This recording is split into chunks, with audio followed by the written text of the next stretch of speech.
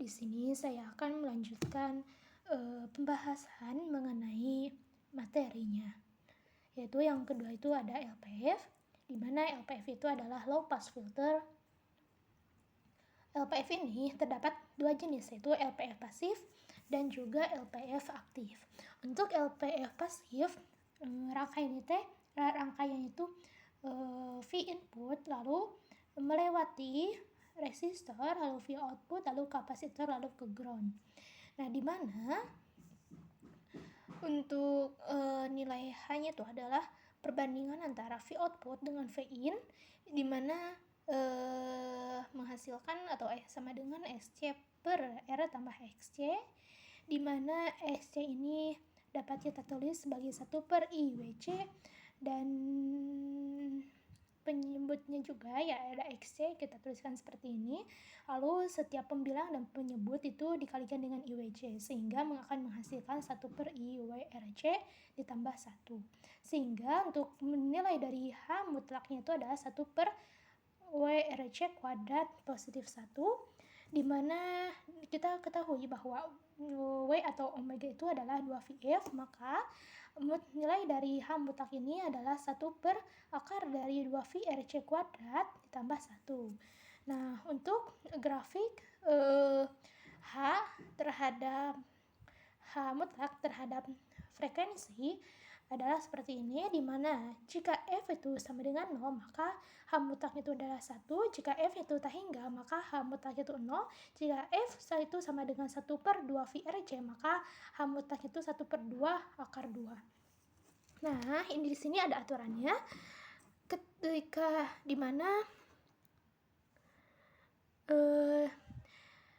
VCDA ini adalah frekuensi ambang batas atas.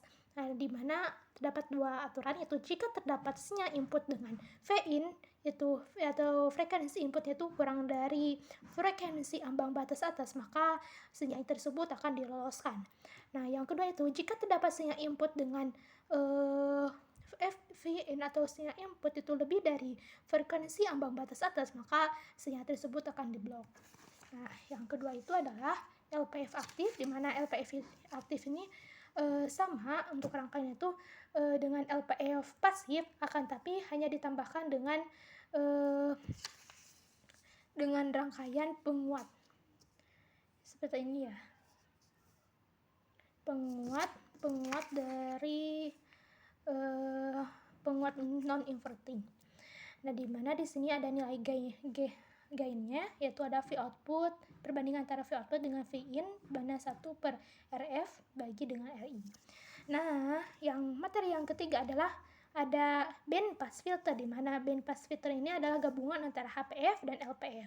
Jadi kan tadi pada video yang pertama itu dibahas dengan materi HPF, dan video yang kedua ini membahas dengan LPF. Nah, di mana ketika HPF dan LPF ini digabungkan, maka akan menghasilkan band pass filter atau BPF.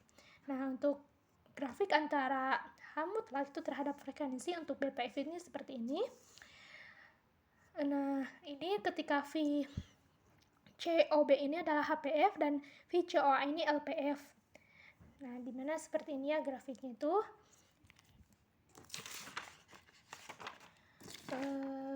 Tadi kan mana ya, untuk grafik